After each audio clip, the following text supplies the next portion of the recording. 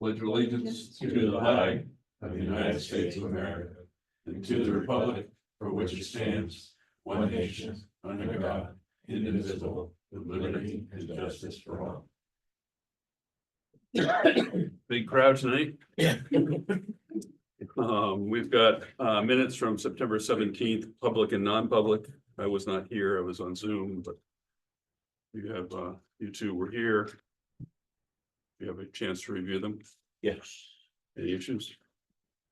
I'll move to approve with one just spelling correction on the non-public. Roth? Yeah.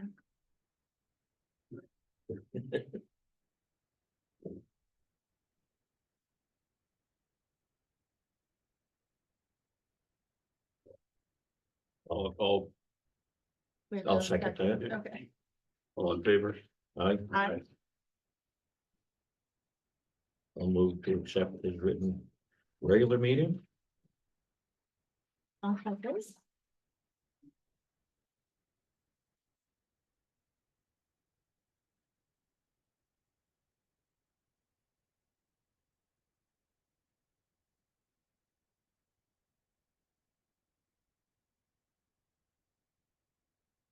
Well, we had some questions about Halloween and the date and time. We didn't ever vote on the It's the regular- 31st. What's that? We didn't ever vote on the regular minutes, I don't think. I Aye. think Scott made a motion, I made a second. Okay. Do we have a motion and a second for the regular 17th meeting? Yes. Yes, we did that. Oh, Now we just have to vote. I said no voted. I said aye. I thought you voted for non-public minutes. No. Well, then Scott, All in favor of public meeting? Aye. on it, okay, aye. Thanks. He did, didn't he? Okay, thank you, Bob. I quit. You're all in, Sadie. Yeah. You did such a a good job last week. Well, A well job, yes. Geez, man, I'm gonna get it tonight. For Halloween, proposal was for October 31st, which is a Thursday, correct?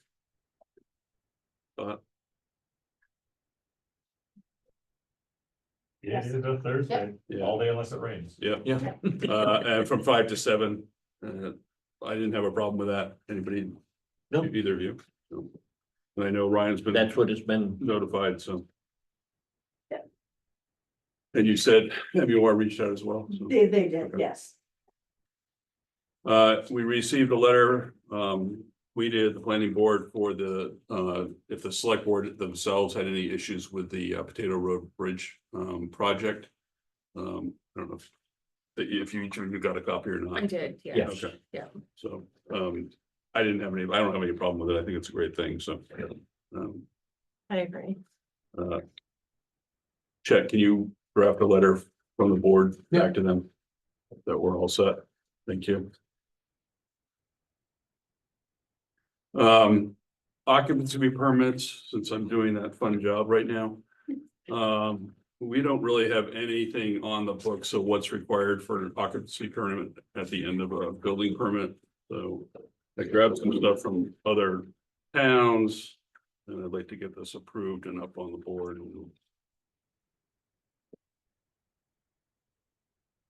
Basically, because people are coming, they want to switch from a building loan or and get into a mortgage. So there's a reason why they want to get a CO done. And sometimes they're I found them pushing the envelope a little bit and things are not done yet. So I just want to get it tight. So basically, structural work is complete in compliance with local and state codes. Structure must be water and airtight. Electrical work must be completed in compliance with current state electric code. Plumbing work completed, again, in compliance with local code. Running water must be available in the unit.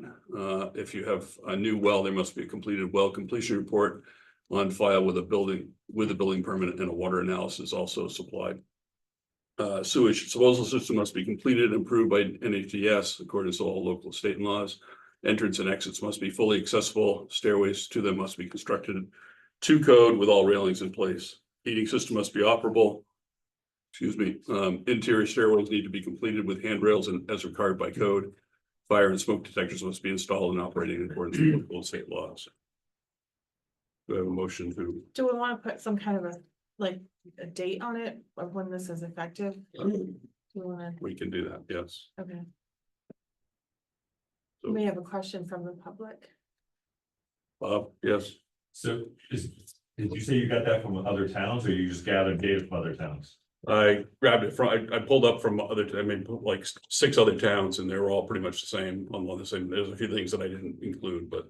Well, the one thing that stood out to me was they have a well, they have to have a water test. Yep. So it's gonna be potable water, so that's really what it's getting to, so, Okay, okay, because when I bought my house, we talked about you can get the water tested. We didn't. yeah. But when you're buying a house that had an existing well, so I mean, that's as a buyer, that's something that you would. Potentially have as a, when you had a home inspection done, but Okay. of course, in these times. We bought without an Yeah, inspection. I mean, that's what some people are doing, so. Okay. So, yeah, we just don't want something built, have a well drilled and not have actual usable water, so, Okay. all right, that's the idea there. I'm feeling it has. That one stuck out with me for some reason.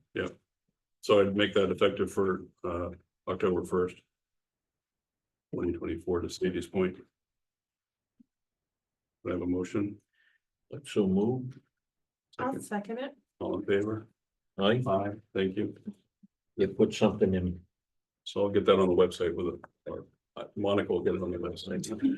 I can do that. We did update the CO form as well, so it used to be just a single line sign off on the bottom of the original building permit, and we tried to add some more data to it there, so.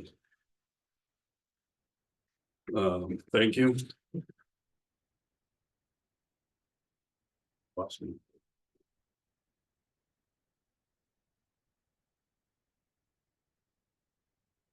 MS1 authorization. Yeah, you want to just go over that quickly? Yeah, basically, this is the summer evaluation that they've not yet completed this summer. Todd from, I just forget his name. Right, Yeah, Brandon. yeah. Well, Brandon's the other one, Todd is the. Hayward. Todd Hayward. Hayward, yeah. They prepared based, and nothing has changed, based on their evaluations and going through the changes from when they provided like the abatements that we were looking at in the spring, so basically the valuations are the same. And we just need to have the select board make a motion, authorize him to go make this final. Okay. And well, he can upload it to the state and then he'll make a clean copy that will be in the select board file at For signing. for signing. Okay. We do this annually? We Yes. do. Okay. And on that note, just as the other part of the conversation was. We did receive a letter from the state about doing a reevaluation. Yeah, that was gonna be my Proposal to do question. that. We were scheduled to do it on the regular time in the 26th. We have put money in, I think we put in $20,000 last year and that's all we have in the Mhm. fund right now, and it's gonna cost more like 75,000. Which makes us about 65,000 short. So we'd like to be able to put in 30 a year for the next 2 years and get to the regular year. He said because the state required it, we can do that, but if they go to the BLT, we'll be forced to do it. The recommendation was, if we put in the budget, what we were planning to put in the budget and then state that we're gonna put it on the ballot as a warrant article for the other half to do it a year ahead, because that's what's being recommended by the state. Even if the voters were to tame it down, he said that when the voters speak, typically we wouldn't get a penalty. So that's his recommendation, where we put in the amount we need to put in this year for the valuation, and then we put it on the ballot to see if we can hold it off. So if it gets voted down, we can, Then we don't, then we go back to our schedule. correct. You said typically not get a fine. Well, it's not a guarantee. And what The is? worst case penalty? scenario would be like, well, it's not even the penalty. We would just have to do it in 25, which would mean we'd have to pay the other 35 grand. But there's no additional financial implication. Not unless I think we ignore them once we have that determination. Okay, Yeah, then fines and penalties occur, but nothing changes till April 1st anyway, so. That would give us that little bit of time, and we're just saying we want to get the voters' input. okay. So, We just need a motion to authorize that to go to final. I'll make a motion to go to final. What's the, something about a kitchen in the school?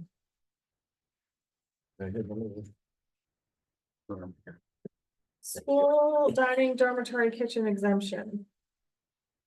150,000. I thought schools were completely exempt. Okay, Depends on which school. if they're public schools, if it's a private school and part of it is used for a different function, it could be partially. So this could be Yeah. cardigan. Cardigan, the housing for students is not, It's not taxable, Technically. the other stuff, yeah, right, Okay.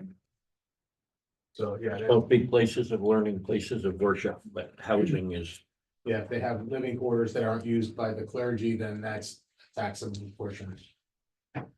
We found that, yes. yeah. And they've done that. So, that's what that is. So we have a motion, I'll second it. all in favor? Now, Aye. Aye. Do we need to sign one of these tonight or? we'll No, wait he's for No, the- no, no, The he's gonna final. create a clean copy to put in the book, he can, when I'm gonna email him that it was approved after the meeting, and then he will upload it to the state, and then he just has to get us a clean copy to sign. Okay, So now we have MS 232 and 434. Revenue and estimated revenue, or no. Appropriations. Yeah, the MS 232 is basically a revision, and if you have questions, Carrie Ann is on the Zoom. But that's basically a revision due to the passage of the bond for the water.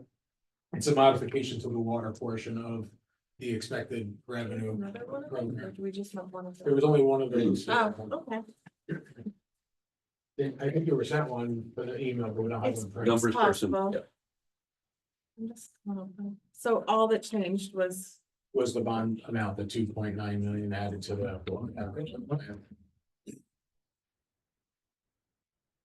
Jump in, Carrie Ann, if I'm speaking incorrectly.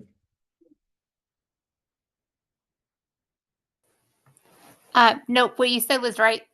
Okay, Good. did it right once in a while. Have a motion to approve that, you want to look at it? I'll move to approve that. Second, Let's let Scott look at it. no, wait.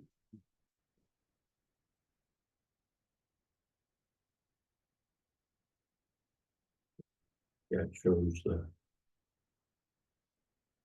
So we don't normally do that one, just because it's been a change, right? Right,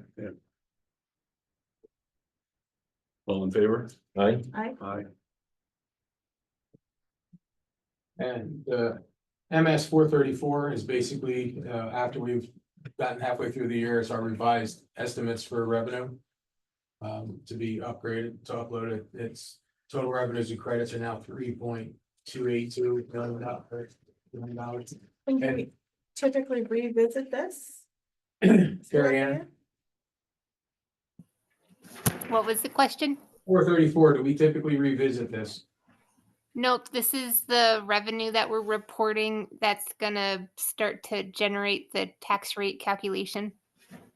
So what we sign off here for revenue starts becoming part of the tax rate. We do this every year. Yes, we do it every year. Okay, so what varies from what we projected for revenue? Are there any big changes without? Oh, you The have a new budget here for us to look at, okay. the 250,000 for the redemptions. So it's going to be, the revenue's going to be lower than when we went through the budget process because we're not budgeting for redemptions. And I took Q4 from 2023 and added it through our year-to-date September totals and then made sure everything looked okay. And that's how I got the totals on the report.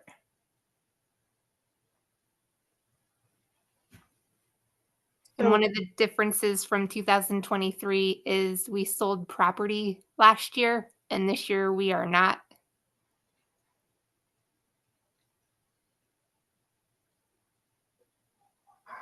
But we anticipated redemptions of 245? Yeah, during the budget process, I was trying to estimate revenues low, and I was strongly encouraged to estimate them more equal to what they had been. So now that I actually have to report the revenue, I have 9 months of year-to-date totals. And then I was looking at quarter four, Was that- 2023 for a full year. Was that us that No. encouraged you? No, Budget committee. budget committee. What it was is they had always been budgeting for collecting delinquent tax Mhm. revenue. Right, twice, And- yeah. But when we always are short on our regular tax by about the amount we collect on designated, so we end up short that 250,000 every year. And this is one of the things that the auditors commented on, that That's correct. historically, we were over projecting our revenue. And ERA has made the same statement. But the budget committee They bullied us. put it in into there evidently last year, and then this year we have, what we've proposed to this point doesn't have that. You were on the budget committee, Stephen. You- So we Okay. do not have it included in this year's All right, budget. thank you, Carrie Ann. So we don't need to vote on that. That's just a, correct? There's one signature, I think. Yeah. Yeah.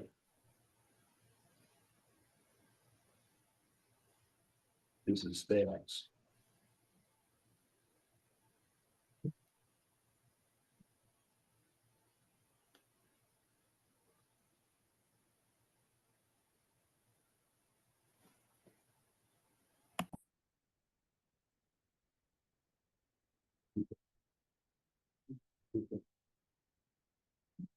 We have two policy updates.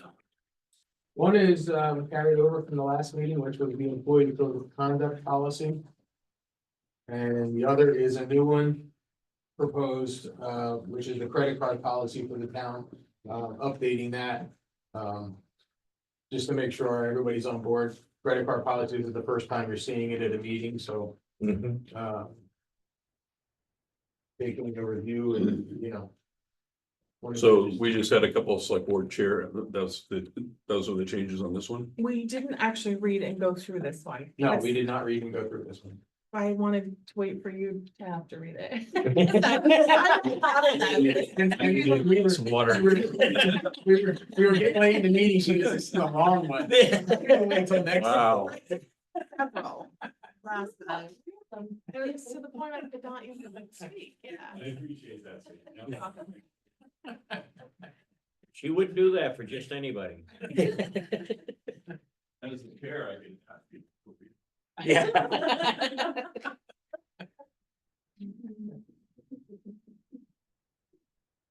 I mean, I'll read the second one.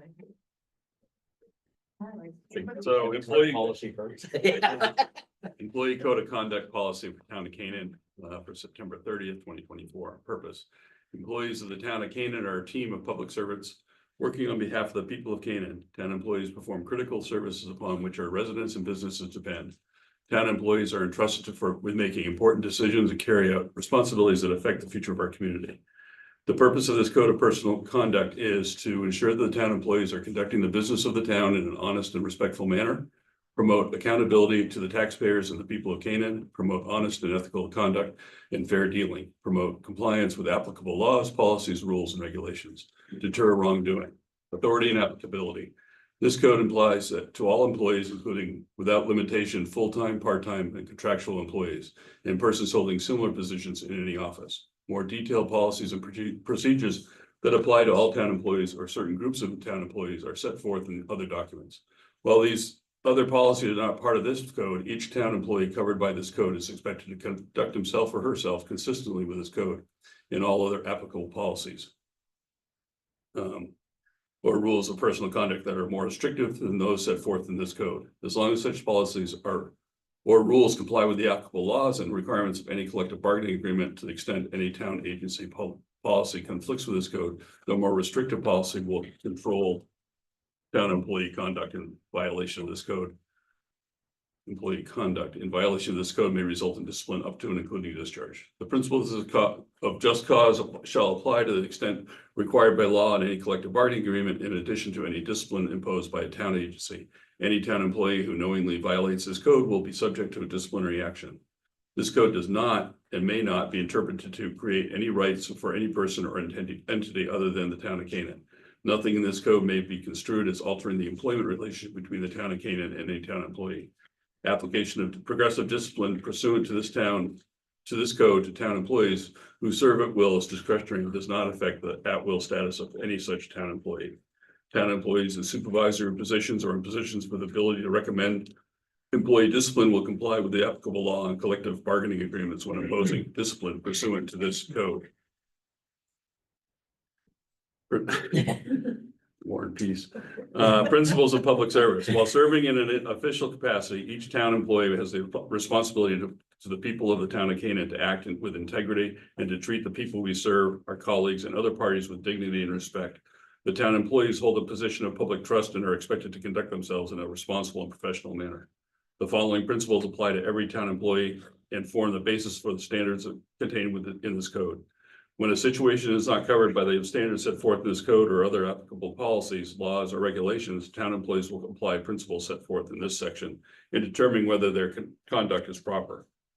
Town employees may not solicit or accept any gift other than or other item of monetary value from any person or entity seeking official action from doing business with or conducting activities regulated by the town employees, town agency, or those interests may be substantially affected by the performance or non-performance of the town employees' duties.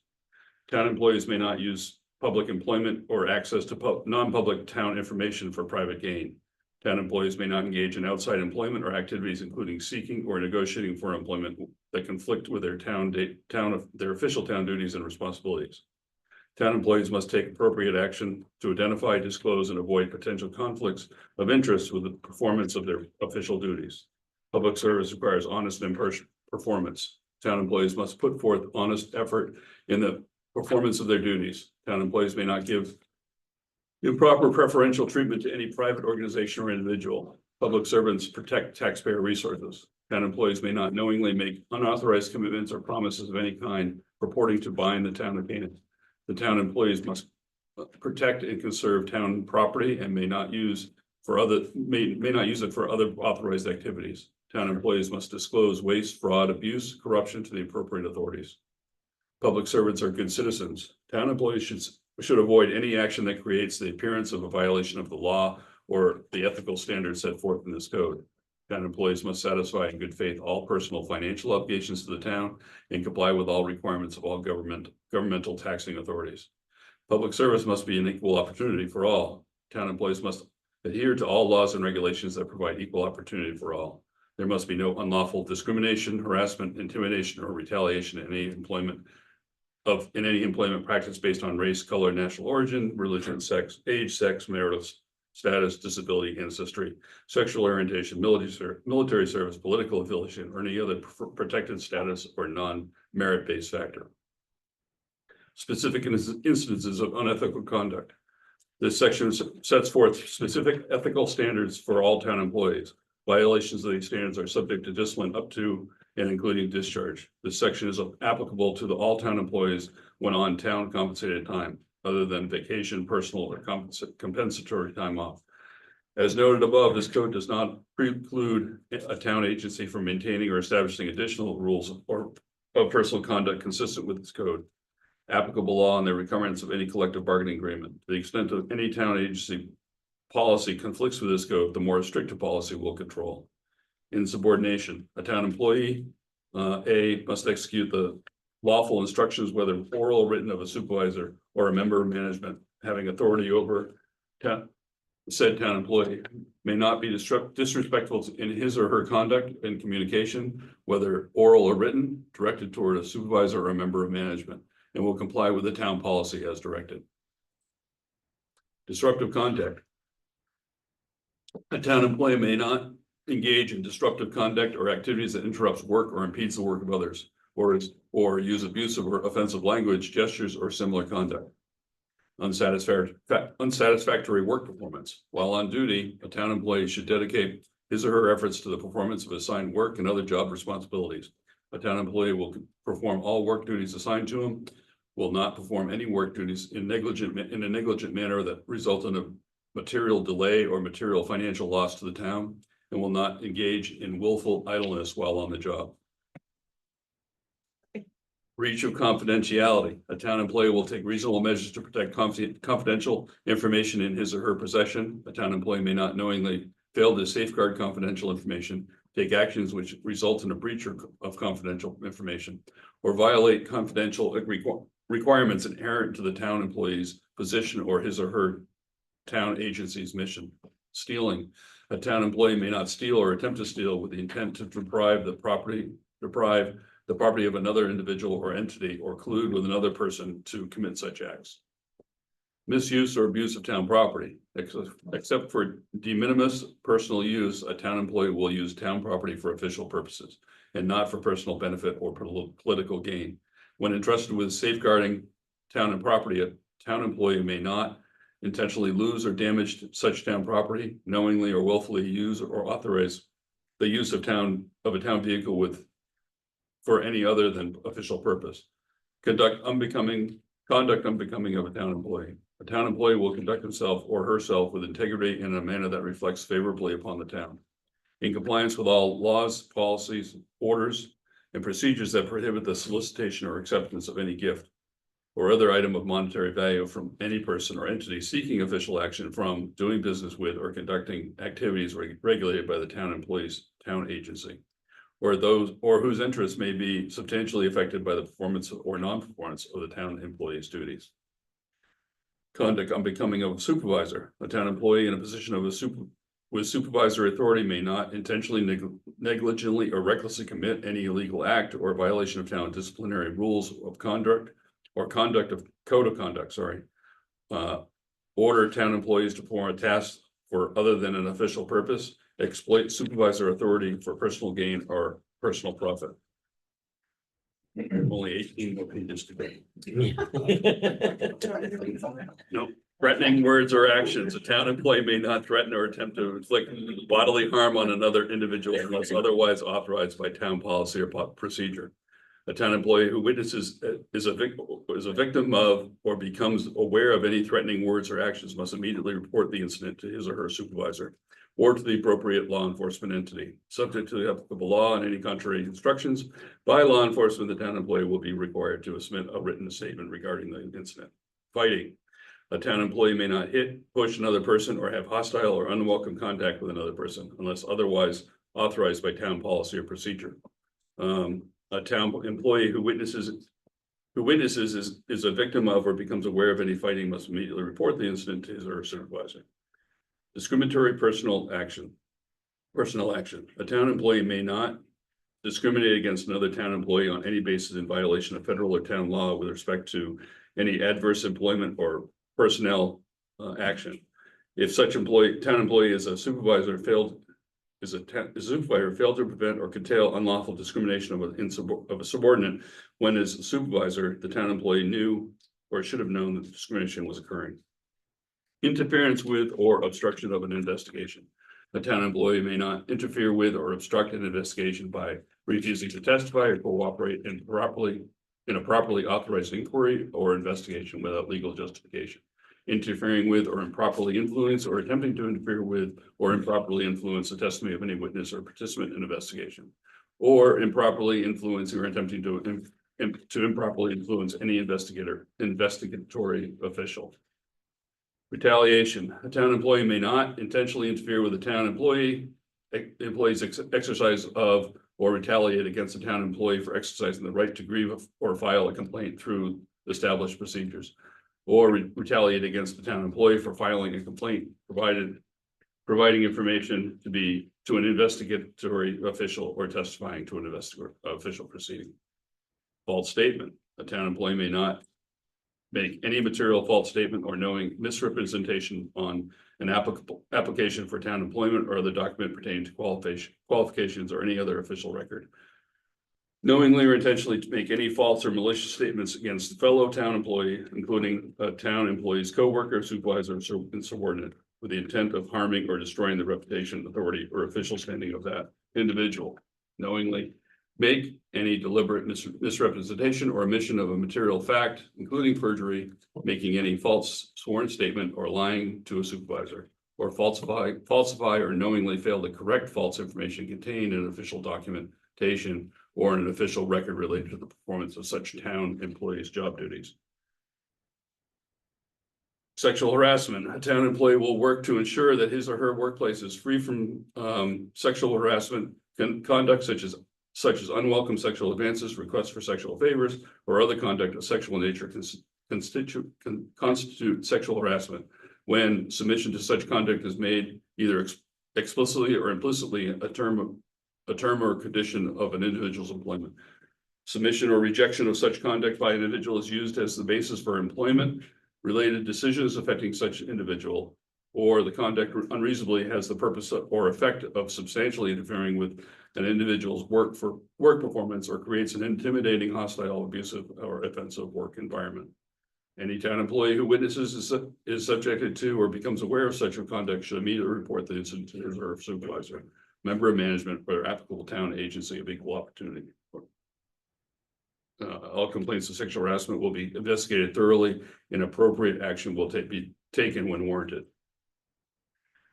Unauthorized on-the-job use of alcohol, drugs, or controlled substances. A town employee may not be under the unauthorized influence of alcohol, drugs, or other controlled substances to a degree that would interfere with proper performance of his or her job duties, would be a menace or to safety, or would be prejudicial to the maintenance of discipline, or be under the unauthorized influence of alcohol, drugs, or other controlled substances to a degree that results in injury to another individual or damage to town property. Health and safety violation. A town employee will maintain a clean and orderly work area and will follow all applicable safety rules and regulations, including not smoking in an unauthorized area, not possessing a lighter, match, or other flammable materials in any explosive or hazardous area, reporting to a supervisor any on-the-job personal injury or accident for which the town employee had a primary responsibility, observing all precautions for personal safety, posted rules, signs, written or oral safety instructions, using appropriate protective clothing and equipment in any hazardous area, following all material traffic regulations, and not engaging in reckless driving or improper operation of motor vehicle while on the property owned or controlled by the town or while driving a town vehicle. And not possessing any explosive firearm or other dangerous weapon on town property, or attempt to bring such explosive firearm or other dangerous weapons onto town property unless his or her town department requires such possession by the town employee. Town employee who wants to travel to and from work with a fireman who possesses a lawful concealed carry license or permit may secure the fireman in a vehicle parked on town property. Nepotism. A town employee may not advocate for nor appoint, hire, or promote a relative into a town position. As used in this code, relative means parent, child, grandparent, grandchild, sibling, legal dependent, aunt, uncle, first cousin, niece, nephew, spouse, parent-in-law, child-in-law, granddaughter-in-law, grandson-in-law, sister-in-law, brother-in-law, step-parent, stepchild, step-sibling, step-grandchild, or half-sibling. This includes those individuals having stood in loco parentis to an employee, as well as those for whom an employee is standing or stood in loco parentis. We're almost done. Wake up. A town employee is also permitted, is also prohibited from serving on an interview panel of a related relative. The town employee is prohibited from having a relative in their direct chain of command in either direction, and may not evaluate the job performance of a relative, nor recommend a salary increase for them. A town employee may not participate in the discipline, discharge, or investigation related to a relative's misconduct. It's the longest pause we've ever had. That is. Near the end there, you said fireman? Firearm. Firearms. Oh, it sounded like you said twice fireman. No, I was like, was that a typo? They mean firearm? no, it's firearms. It's firearm. Sorry if I sounded like fireman, but no. Probably because I was getting the bait. Yeah. All right, I have some feedback.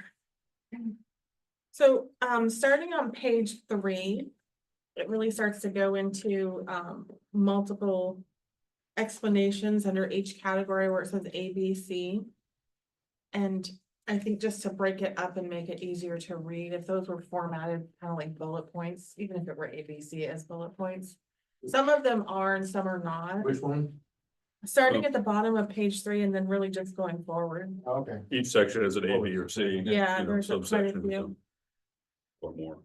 On page 5.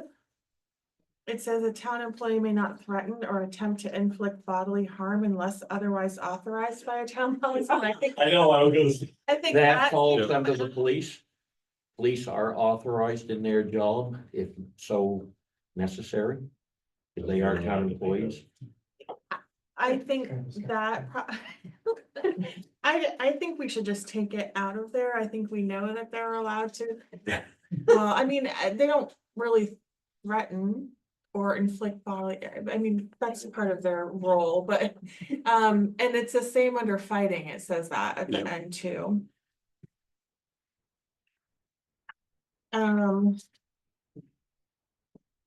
Nothing about the fighting, I was thinking it was like the boxing match, the fireman against the policeman or something.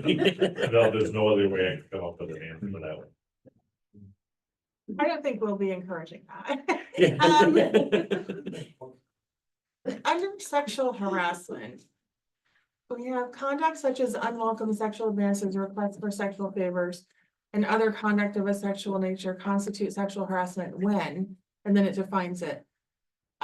I'm under the impression that all conduct with unwelcome sexual advances and requests for sexual favors already constitutes sexual harassment. Before we even get to those other categories, so if we can just find a way to word, maybe if it's even all conduct such as, So but it's not just- excluding, and then you could further define those 3. Yeah. But, To include, yeah. And then underneath, we talk about a town agency equal opportunity officer. Do we have said We do person? not. Or do we then say? Could we say supervisor, member of management, or the select board? Well, we say member of management, so Where that's. are we? that's where we fall. This little indented Okay. paragraph. Would be, so then it would be member management or the select board. Yeah, Yeah. And then there's more of like the ABC, but, and then my only other comment was on page 7, we talk about a lawful concealed carry license. We don't have that in New Hampshire right now. It's not to say that we may, It's constitutional area. we don't require those, so I don't know if we just put if applicable, because it says you have to possess a lawful concealed carry license or permit. New Hampshire But you don't We have to don't, New yeah, Hampshire. New Hampshire, so, and, I mean, it could come back, who knows, but I don't know if we just put if applicable. that'll cover it. We really define relatives under nepotism. Much rules everybody out. Those are, If you make, when we make those edits and bring it back, you'll have to read the whole policy again. Right. yeah, I don't think so. Okay. Does anyone else have any feedback? No, No, it's, you pretty much covered some of the areas there that. So Chet will just bring it back, we'll check. Yeah. I'm not here at the next meeting. You had the question. Yeah, This you- this is a pretty in-depth policy change and stuff. One thing that I would like to see is random drug testing for all town employees. Are we And allowed to? we only drug test a CDL driver. We'll have to check with Primex. I'll have to check because I know. That has New been- Hampshire law, but a lot of times you can't do random drug testing unless it's part of their job requirement, but I gotta find out what the rule is here. I don't know if they still do, they did do it in Enfield. Because the law is that all CDL licensed drivers, all employees had to have pre-employment. Right. And I believe that they were able to get it so that they were part of the random. Okay, I mean, I worked in a factory years ago, but we get pulled for a random drug test. Yes, And that was running machines, and some of my reasoning behind that is I can go and jump on a 40,000 pound excavator that we got hanging around. Or I can still be on the highway department. And have a job capacity that doesn't require me to have a CDL correct. and be that employee. I can go and jump in. A 45,000 pound fire truck and wheel it down the road. Or 15,000 pound ambulance. Or a cruiser, and you're operating that stuff. It's operation machinery. See, they kind of did away. I don't have a problem with it, because I get randomly, I mean, I've got pulled randomly a couple times, a couple weeks in a row, so. See, they kind of did away with it, but I can remember when to run heavy equipment, excavators, road grader, you had to have Class A license. Then they said that was being discriminatory, that not everybody We'll that look into runs equipment drives a truck. Anything else you? No, those are as, we're doing all these policy updates and changes, me personally. As an employee, they can also get put in the other side of that, because. You know, we do have people that. Aren't in the drug test pool, but they're out and also run that equipment. and- Yes. Point taken. Would you like me to read this one? Credit card policy? Yeah. Go for it. Okay. All right, purpose. This credit card policy outlines the terms and conditions governing the use of the credit card issued by the town of Canaan. By using the credit card, the cardholder agrees to comply with all provisions of this policy. The credit limit for the town is set at $2,000. This is the maximum amount that can be outstanding on all town credit cards at any given time. This credit limit is subject to periodic review, and the town reserves the right to adjust the limit based on the cardholder's credit worthiness and usage patterns. The select board will review the credit limits periodically. Factors such as payment history, credit score, and overall account management will be considered. Cardholders may also request a review of their credit limit by submitting a formal application which will be subject to the select board's approval process. The transaction limit for individual purchases is set at $500. No single transaction can exceed this amount, ensuring a level of security and control over spending. Cardholders should note that while individual transactions are capped at $500, they may conduct multiple transactions as long as the overall outstanding balance does not exceed the $2,000 credit limit. Cardholders are expected to use the credit card responsibly and in accordance with the terms outlined in this policy. Cardholders are required to submit receipts of purchases to the finance department by the due date indicated on their statement. Failure to do so will result in penalties and interest charges. The town reserves the right to suspend or cancel the credit card in cases of persistent non-compliance or other breaches of this policy. Cardholders must take all necessary precautions to protect their cards from loss, theft, or unauthorized use. In the event of any suspicious activity, the cardholder must report it immediately to the finance department. The town reserves the right to terminate a credit card account at its discretion. Reasons for termination may include, but are not limited to, non-payment, fraud, or other violations of this policy. Cardholders may choose to terminate their credit card by a credit card account by providing written notice to the town. All outstanding balances must be settled before the account is officially closed. This policy is subject to change at the discretion of the select board. Cardholders will be notified of any significant changes through appropriate communication channels. This policy shall be governed by and construed in accordance with the laws of the jurisdiction in which the institution operates. For any queries or issues related to this policy, cardholders may contact our customer service department at, and then it says this credit card policy is designed to, I think we're taking that part. This credit card policy is designed to offer clear guidelines and ensure a secure and efficient use of credit card facilities. Cardholders are encouraged to read and understand these terms before using their credit card. So how many credit cards do we have? I thought we only had one at one point. It's three that I know of. Is it 3 or 4, Ariane? It's 3 that we actually use. I have one, Chet has one, and Ryan. And is it $2,000 like an aggregate? It's an or- aggregate, and it's one of the things that has, typically, if we're gonna have a couple of cards, you put $1,000 or $1,500 on each individual card. Mhm. And then have one card that might have 3,000, because everybody has to, Carrie has to go look up and say, okay, where's the cards are, and I gotta know if I have enough money to spend this $800 or whatever it is. And it gets a little messy that way.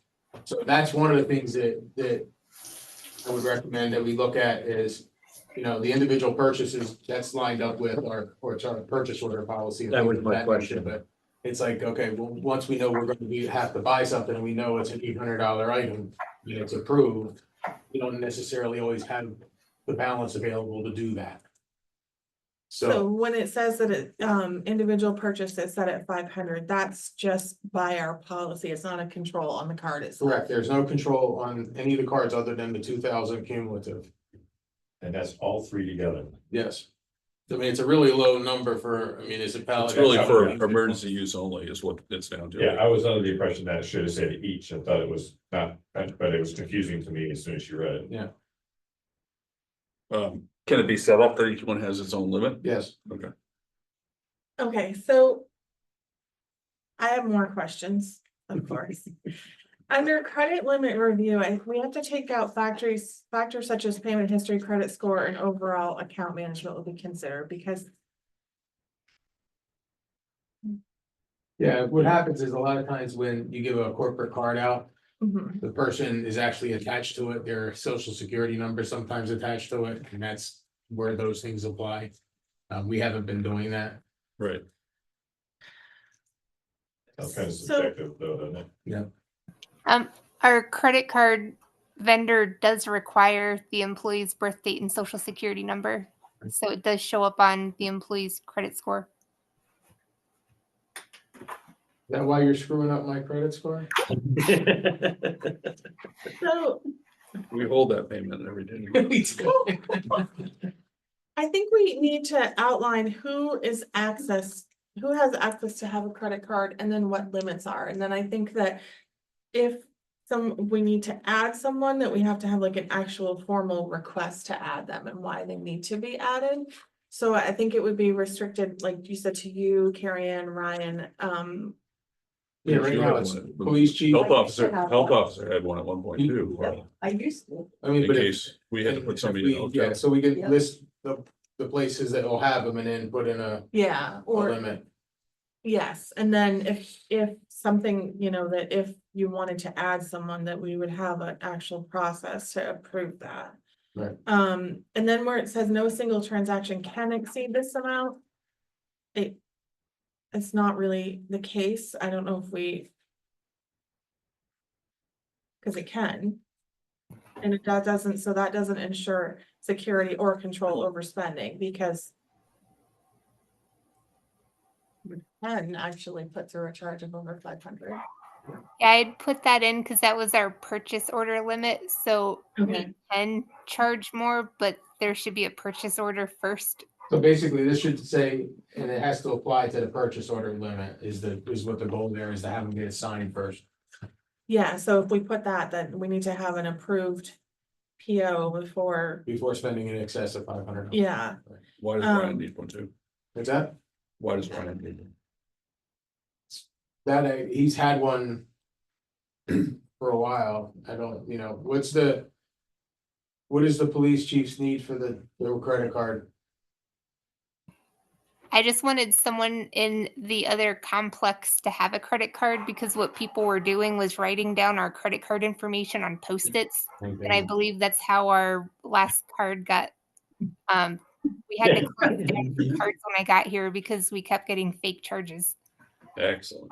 So I just wanted someone else to And have. we're also trying to be very diligent about making sure that whenever we can have an account somewhere, we do it that way versus a Yeah. credit card. Well, if an employee's name is assigned to the card, Right. they're responsible for the Right, use and of that's that what card. this actually Yeah. gives us that authority. okay, and then payment obligations, so Carrie Ann, do people just give you the receipts? That's it? Yeah, whenever we make purchases online, I just get the emails or receipts forwarded to me. So then when I pay off the credit card, I can look through and code everything properly and see that they're legit charges. So you don't ask for like Chet or Ryan to submit a detail of what they spent and why and then sign it? That it's authorized for you to pay? Well, that's included, like those receipt emails you get when you buy something online. It has what they spent it on. And then I'll get the information forwarded to me with the account to charge it to.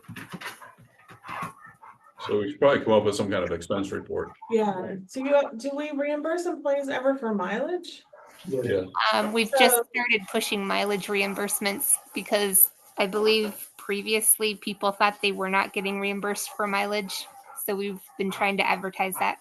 And that's something that they have to sign off on too, Yeah. like I traveled from this place to this That's, place. that has a sign on the, Okay. that on that I piece. personally would like to see something, I don't know how the rest of the board feels, or you know, you fill out what you, but you attach your receipts, sign it. Well, it's a form that's basically like the mileage thing, except it's the purchase and what it's Yeah. for, what's the department and everything Yeah. else, so. I mean, and I guess my other question is, do we ever have people purchasing things on their own and requesting reimbursement? And what's our rules around that? Yes, we definitely have that happen. That was part of the rationale towards getting a town credit card. So when people travel for training, they can just take the town card along. So we've been trying to cut down on personal reimbursements, but it does still happen. Do we feel like we could roll some controls into this for purchases outside of a credit card? So, Well, we would basically have to do the same thing with the mileage. We have to create a form. Then they have to fill out the whole package. We need a policy that covers those. right, but I'm saying like if you decide, okay, we need a bottle of dish detergent to do Oh, dishes or whatever, and you Gross. go and buy it. Buy it, and like, okay, you submit your reimbursement and we don't have an issue with that, but I think we should have some guidelines to say like, you know, here's what you can purchase and ask for reimbursement, or this is like your total, or. Well, yeah, and in my view, things like with your example should never be purchased and reimbursed. Because it's like, okay, go to the hardware store, we have an account, all of this stuff exists, like anything that can be purchased, one of the, trying to get everybody going to the same place.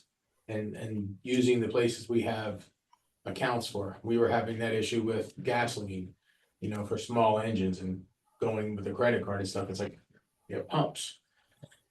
Right. You know, we gotta get away from those practices and try to get it where the credit card is only for purchases, which there are some, it just can't be made with someplace we have an account. But those are the only ones that should happen. If we have an account that picks up that kind of thing, that's where we're getting it.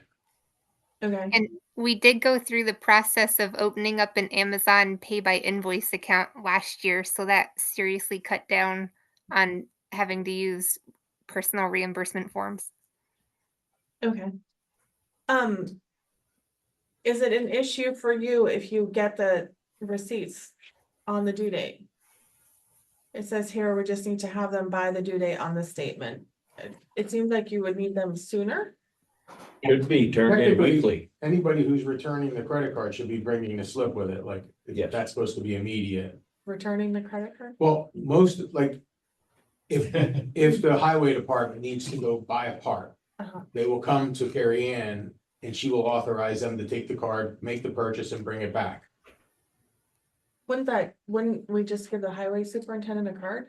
Well, that's one of the questions, and this is one of the things we'll have to look at. Yes, I think there should be a card for the highway. So like I have a corporate card and then I just once a month have to submit all of my expenses with it. Right.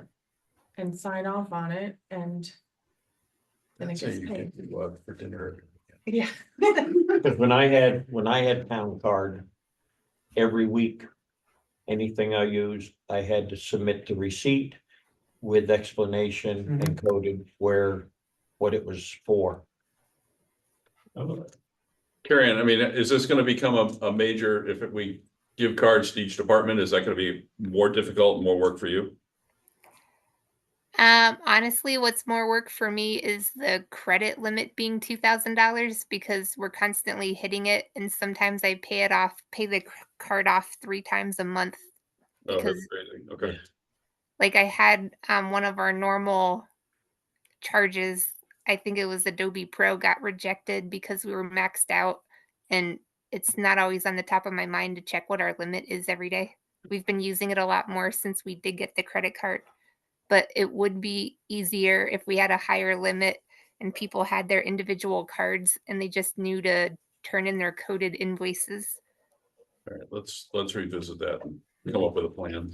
Yeah, because basically the way, the card that we have in finance could have a little bigger. Like a $5,000 limit on or something, and everything else is $1,000 or $1,500. But that's what we need to Okay. address. Is there a reason we opted to go with a credit instead of a debit card? That when we had the debit card number stolen, we didn't get that money back. And we would have had to go through the whole investigation process. So we just charged it to an account where the credit card companies, if it's a fraudulent charge, they just take it off right away and you don't have to go through the whole process. And then Well, like you're- like we had a Mascoma. It's the same regulation though, that covers, Right, but it's- we had a debit card, yeah, and then it had a clearing account like that, just, it was always refilling it. So it was almost like on a daily basis, you had to go in. And enter the information of where it went and where it came from, to make sure that our purchases were being tracked properly, so it got to be a little bit onerous, as I recall. So the credit card is a simpler process, and we don't wanna use it a lot. We really don't. Okay, so we're gonna table this until we get a better plan So in we table place. both of those. Somebody giving somebody else their credit card, it sounds a little sketchy to do. Well, like I said, when I got on the board, we only had one credit card, so they were just, like, if the highway department needed to buy something. The previous previous person would just say, either give them the card or give them the number to go actually purchase it, or, Yeah. so. That's how it got out there, and everybody had it. You just suggested a department, that their department head, something would be easier to control than here, take this and bring it. I back. agree, but I just Yeah. wanna make sure that. Yeah, as Having a one department, credit limit on the whole thing is crazy. So, yeah. because as a department head, I would hand a card to one of my employees. This is what you need to go get, and then make sure they bring it back with all the paperwork. Because I had to have it coded Yeah, every week. I had to submit. Yeah, so checks. but that's how a Yes. number gets out there too. Yeah, so and if technically, if your name is on it and you let it out of your possession, you're not protected by the reg to get your money back. So even if you hand it to an employee, Yeah, so. It wasn't just handed to any and every employee. It was. Right, but Yeah. you can then certify that it never left your Yeah. possession. Thank you. So last meeting, we had a presentation by Civic Plus. I was on Zoom for that, and I know Sadie didn't want to vote on it. We have the cost. So the base plan initial term would be 37,000, almost 38,000, 37,700. And then an annual recurring cost of 12,700. I don't think, I mean, I talked to Carrie Ann pretty much in depth on these enhancements, and her feeling is that this is a pretty comprehensive plan, the 37,000. She had said that Enfield actually came in and went with a cheaper plan through the same company, and they've regretted it since, because it's much less expensive to have it, whatever you want put in when they do the initial setup. And then Carrie Ann felt that these other things, while they're nice, she thinks we're, going from an antiquated system to the Cadillac or a better system. We're probably 5 years away from actually utilizing these other enhancements, so. Is that your understanding too, Monica? Correct. Did I get that right, Carrie Ann? Yeah, I think for now, the package that originally got quoted, that's going to keep us busy for a few years, and we can always look at the other bits and bring them in later. So that's 36 as a setup and then So 12 a year. it's 37,700, and then Is that 3 years worth of operations? Carrie Ann? initial term is 12 months. It's only 12 months, okay. And then it's 12,700 a year after that. What do we pay now? Carrie Ann, did you hear that? Probably everything combined is around $2,000. The most expensive part is the newsletter. We pay $54 a month. And then we're just doing piecemeal. We pay our web hosting and our own registration, and then we're solely responsible for the entire website changes. It's like paying people by the hour to go in and click 8 places to add meeting notes. Yeah, So we're actually paying a lot more than the $54 when you yeah, add the employee's time. Correct. Yeah, the Civic Plus, it's more like a software where you create users and assign them pages, and then we can have multiple people in there taking care of their own pages. And so it is more of a software that offers features. Like one of the modules, we would be able to accept credit card payments at some point. So it just does a lot for us. So it's not just a website. and it has all the ADA compliant things that are going to be And They're keeps us, required. keeps us in Required in compliance. 25. Yeah, 25. Yes. Okay. it keeps us in compliance. So, you know, my recommendation or I'm gonna make a motion to approve that. I'm sorry, Carrie Ann, but can you Go just refresh my memory? Where we were getting the money from? It qualifies for ARPA money, so we were looking at spending ARPA for the initial investment. And then I was hoping if we go live close to the end of the year, we don't have to pay 2025. Like that would all be included in the 37,000 because once it's up and running, then we pay yearly that $12,000. And what do we have for ARPA funds? Just under 200. Okay, because we thought they were put into water, but that was illegal. Well, we were not without a public vote because it was given to the town. We were not supposed to put it all into water. But as it turns out, for the entire project that we're doing, we have to come up with no additional cash funds. The $780,000, we are getting 71% forgiven and 29% we have to pay. But it's all SRF loan, it's already there and it's part of the SRF process. The other one, the project that we did for the intake, the 550,000. Covers the town match for the $2 million water system upgrade, so.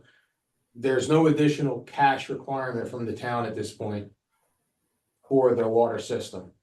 But so the funds that prior board voted to put into water and sewer account, that's already been backed out, Carrie Ann. Well, we recognized actually that? did that before these decisions were made, because it was like, we just, ARPA had to be kept as ARPA, and we have to track it and do all of that.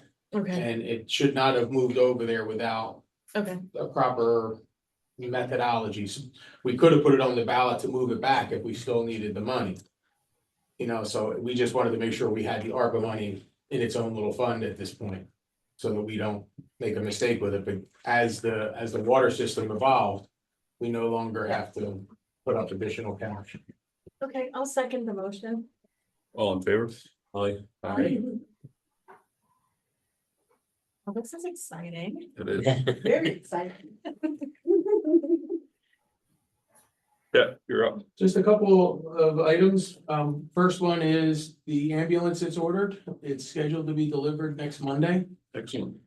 So hopefully that will all go the way it's. And How long does it take to get it all outfitted and everything, or is that all? that's happening right, that's been happening. So it comes here and it's ready to be It's supposed to used? be ready to be used, and we have to do an inspection, make sure all the things that we wanted are, that it's correct. It's basically like a punch list. Yep. And make sure that we got everything we wanted. And then what's our plan with the existing one that is replacing? I don't remember what that was. I think the goal was to probably try and sell it. It's not something we can. That's to be traded in with the contracts that we signed. That was, okay, thank you, Jordan. You're welcome. Another road serve. I'm sorry, what here? State has to come inspect that before it goes in. SB certified. Item number 2. Sorry, Hugh, the new one? Yes. The new one? Yes. Item 2, the highway department is trying to get caught up with all the grading and things of that nature. We are proposing that for $4,800, we rent a roller so that we can get everything tightened up before November. And the goal is to make sure we're not leaving loose gravel and all of that we are set up correctly. The grader is going back to CAT. Rated like at the beginning of November, because when they delivered it, they didn't have the wing and all the parts for that. It's gotta go back and get the rest of the equipment installed on it and come back, so we won't have it for a couple of weeks. So we wanted to make sure we got this complete. But that's equipment that we paid for. That's We're not right. incurring another. Yeah, it's not, no. We don't have a roller? No, We have a little pavement roller. We don't have. a we do roller not like have a that. compactor roll. No, Okay, How long are we renting it for? 1 month. is that a good deal, Scott? That's going rate, And we need it? yes. Okay. We should have owned one long time ago. And Oh, we we actually, can rent we one. priced it, we actually priced buying one. As we replace some of the equipment, it's part of that process. And when you look at, 2 months of the year or 3 months of the year. It's $15,000 if you had it for 3 months, and they're like 90 to 120,000 to buy new. So we have to figure out, we're trying to come up. Yeah, with you have how do we get to, there. cause Renfield, I was able to get that lease return. Yeah. That only had 1,900 hours on it, and I got it out of T-Quip. It was delivered to the town for 38,000, so that's why they own it. We're gonna be looking for things Yeah. like that to get out of those. But that wasn't just a 5-minute look. So what have we done in prior years? Just rented one? Do you know? Yeah, but you No, haven't used one. Oh, okay. They had Timmy Lewis put together a tow behind roll for them. And it's just a static roll. It's better than nothing. But not, it keeps the truck out of the ditch usually. But it's not what, this is a vibratory compaction roll, so you're gonna be putting down, depending on which roll they're renting. If it's the big one, you're gonna be putting down about 30 tons of compaction. Okay, Just need a motion to allow that, well, it's a purchase order, so, Okay. but I wanted to make sure you guys were okay with it so we can move forward. Money's available, Yes. Motion, so move. I'll second it. all in favor? Aye. The next item is our salt contract. We got from our 2 normal people we get prices from. We got a price from Morton for $95.96 a ton. And from Cargill, which is normally where we buy it, we got $87 a ton. And I'm just looking for authorization to sign a contract quote for the $87 a ton to get salt. How much salt? Historically. We we've show it gone as through- 600 tons. You sign a contract for X number of tons, you don't have to take all of it. Right, it's just, we estimated because basically they have to know how much to kind of stockpile. So in the past, Scott, in the time that I've been on the budget committee, it was like we always exceeded our salt budget, cause. What I heard, but I know nothing about this, is like we're supposed to mix some of it with sand, and we didn't do that, we just put down. So. Tell me what you know. There's different ways to use it. Okay, And one of the problems that has happened, we had some people that were sent out salting. You can verify that did not have the experience and it was not being utilized necessarily properly. You can't dose it heavy and expect it to last the next 12 hours, so you can go home. And, but yes, there was some improper use of it. I feel there's some.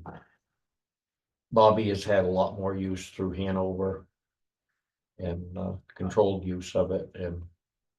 It's gotta be, a lot of it's just in the plowing. You can't send a truck out to salt when there's 4 inches of snow on the road, put the salt down without dropping a plow. And then 20 minutes later, have the truck come up through and plow the road. Normally, the first round, you go and you clean off the road, you drop in a thin layer just so it doesn't roll down in hard pack. Yep. And then it'll keep it mushy and you slide it, and then in the end you do it so it doesn't freeze over. we did that, just put it down and then plow it up. I saw that at Gristmill Hill last year. I saw the salt guy come by and then the plow truck was Would be behind him. right behind it. But we have several issues that go with this, and some of it is.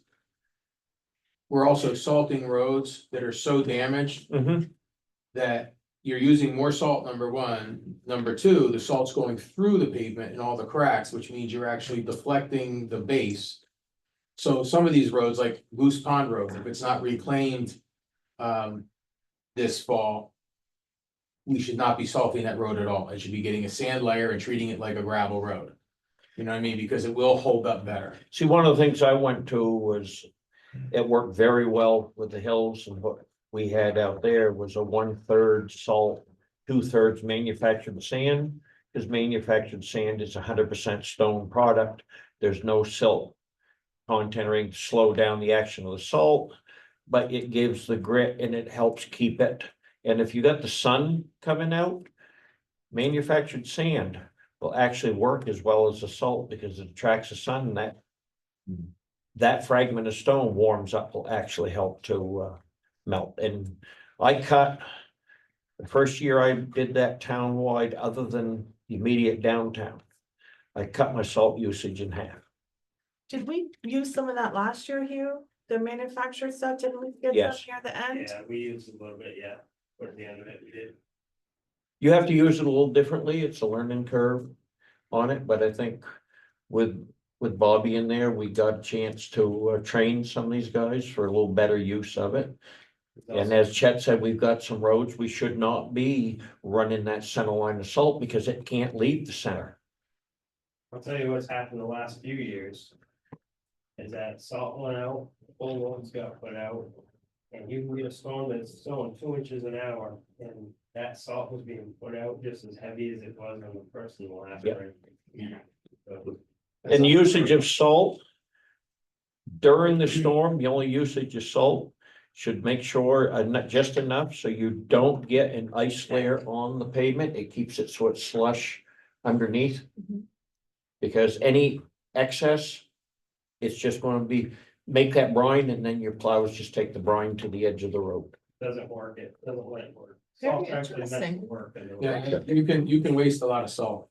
Yes, Sounds like. because salt, technically, salt should go on and the snow land on the salt. Yeah. Sand goes on top of the snow. The graphic. Any input on the significant difference in price?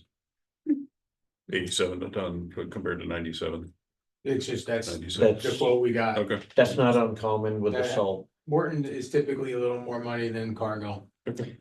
Did, do you know who got state bid this year? No, I don't. Cause that will be the other thing, maybe before we just sign off on that, check who got state bid and see what it is. Yep. Not that it'll be any, Right. cause several times I bought salt on an independent contract for less money than state bid. Well, typically Cargill, even if they didn't win state bid before, would always match state bid. Yeah. That's why you get these numbers. They wait till the state contract comes out and then they give you a match. Is typically how they do it. But we'll double check that. But authorization to move forward with that unless we can do better would be Yes. good. I moved to move forward. I'll second that. All in favor? I, Aye. And while we're having this conversation, we got a quote for the reclaims. Yep. This is from R&D. I think there's another one coming, but this is what I have today. Switch Road would be 51,103. River Road, 15,088. And Goose Pond Road, 51,874. And when you say Goose Pond, you mean just from The, like the the, dam? from the upper part, So, the upper part, And how, I'm sorry, how much was Goose? 51,874. So basically almost the same thing as Switch. My recommendation, because Carrie Ann and I were going through what funds we might have available and we're close to the 250,000 range. But there's two things to consider. One is Switch Road, assuming we move forward with the process as it is, Switch Road and River Road could be paved next summer. Like if we reclaim them, roll it, pave it, can be repaved. There's only one culvert on each one to be replaced. That's like four and a Goose half, Pond's that's like gonna be 4.5 in- miles though, right? Yeah, Probably. Goose Pond Road's up the end. and we may not be able to do the whole thing paving wise, but one of the things the CIP is considering is this the one time where we might have to take out a 10-year note to do that? Because if you look at, if we were to do those two roads over 2 years, it's about $1.5 million, $1.6 million. Hmm. And it's like, we're not, it would take us 3 or 4 years to save the money, and we're just gonna keep getting further behind. So it's a question of, would we rather spend 160, 170,000 a year out of the 400 we're putting in, and then still have the 250 to keep us afloat everywhere else? Things to consider. But definitely Goose Pond, no matter what, we couldn't pave next summer. Because we got so much, we gotta get engineering for some of the culverts. I think we're gonna have to get some wetlands permits. There's a significant amount of stuff that's gonna go on that would actually be just infrastructure next year. With the earliest you could pave is the following one. You're gonna have to have DES permit Yeah. on every culvert that is within the 200-foot setback. And so my guess is that's gonna take a significant amount of time. So if I were recommending the course of action based on the money we have available and the proximity, I would suggest that Goose Pond Road, we leave the way it is, we do as much patching as we can, and we can use gravel if we have to, and we don't use salt on it this winter, we just sand it. Okay, and then if we were gonna do it, we would do Switch and River Road as a reclaim And grind them. for the time being, so that would be my. Do we How have I the would money suggest to do that? Yes, we do. All right, That- Scott, what do you think? That's the direction I feel, because as I say, Goose Pond Road. Any perennial stream out there is gonna have to have its own separate DES permit to change culvert, and whatever they design gets designed. Every culvert within 200 feet has to have a DES permit. The engineering alone out there is probably gonna be $80,000 to $100,000 anyway, just the engineering. So, Well, then you got everybody running their electrical lines straight too, so. Right, and that's why I'm saying, like, I think we're in the $1.6 million range to rebuild that road. Yeah. I mean, to redo all three. is my Yeah, point. So, how much is it gonna cost us to patch it up? It's something, that road's bad, I mean, it's good. so the there's a only cost thing for you're gonna that be able too. to do out there without permits is patch. Right, so Yeah. what do we estimate that's going to cost? So, and can we do that? We can do this that within fall? our existing budget, Okay, but that's not gonna be an additional cost. But like when Bob and I were talking, it's like, well, we don't wanna waste any, if we're gonna reclaim Switch and River. We could take all of that patchwork we were gonna have to do and just. And that can go keep it to on Goose the Pond.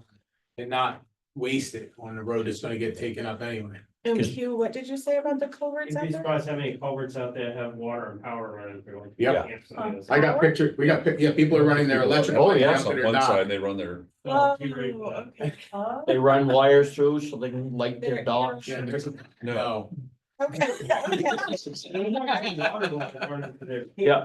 Yeah. yeah, it's, no, it's a lot of stuff To see we have to what- deal with.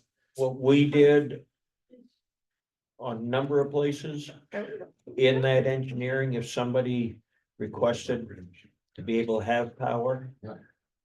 they had to pay for it. We would install it during the digging Yeah, I mean, operation. it's my view, people. A can- conduit they can for say them pay- to, Pay for uh, conduits to put yeah. them in, That way we Because knew this- it was up to code conduit. right, this is actually a project also that.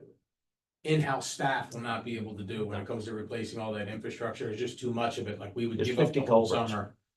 Just doing that, so When is the last time it was done? I don't. 20 years remember. ago, at least it's probably. about, I would say 20 years ago, because that was all under DES permit. They only changed culverts that had to be changed. And part of that was when on the finished grade, you could not have it crowned. It all had to slope away from the pond. So it ran, water ran the ditches to the culvert to go into the pond. It couldn't filter off the road. And at that time, there was not supposed to be salt used. They were using, spraying with, Magox or Nicodon liquid on it. They weren't supposed Well, to be I'm using. sure rock salt. during our permit process, we'll find out what they Yeah. want us to be doing. we have a motion to grind, Switch and River Road. So move. I'll make a second. All in favor? Right. Aye. Well, that was hesitating last night. It's just like so much, though, I mean, it has to be done, we get complaints about the roads every day. Well, the thing is There's a lot what's gonna be of- good about this is we can actually lay out a plan. Yeah. Like, we're gonna Yeah. do as much patching as we can do, we're not gonna use salt on it to make it worse. Mhm. And we're gonna grind it up sometime next year, hopefully, if the budget passes. And then we're going to move forward with these other ones to get to the next level.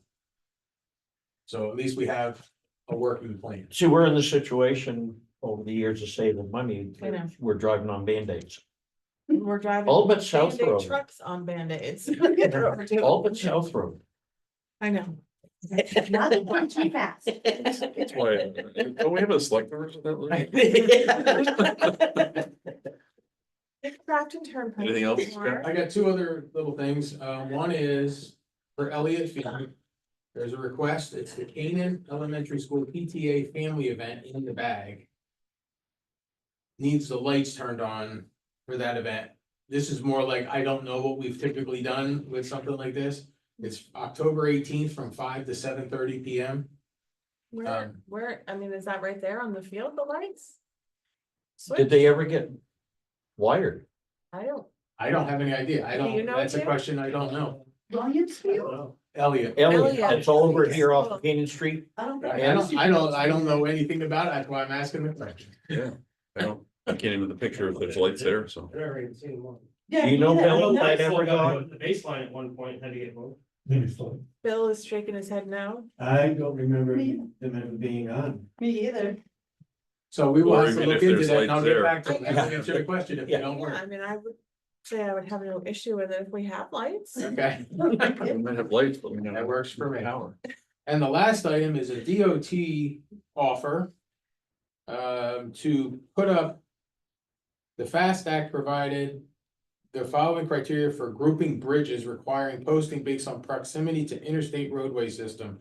And this is for emergency vehicle posting groups, the post bridges weights. And they're talking about Potato Road over Indian River, US 4 over Indian River, and which is not us, and Orange Road over Indian River. And Which that's is what not- the which is sign not looks us like. either. They're offering to give us free signs and we just have to maintain them after that, but I have to sign to agree. So I'll make a motion. there you go. That's all I needed. All right. We don't have to vote on it.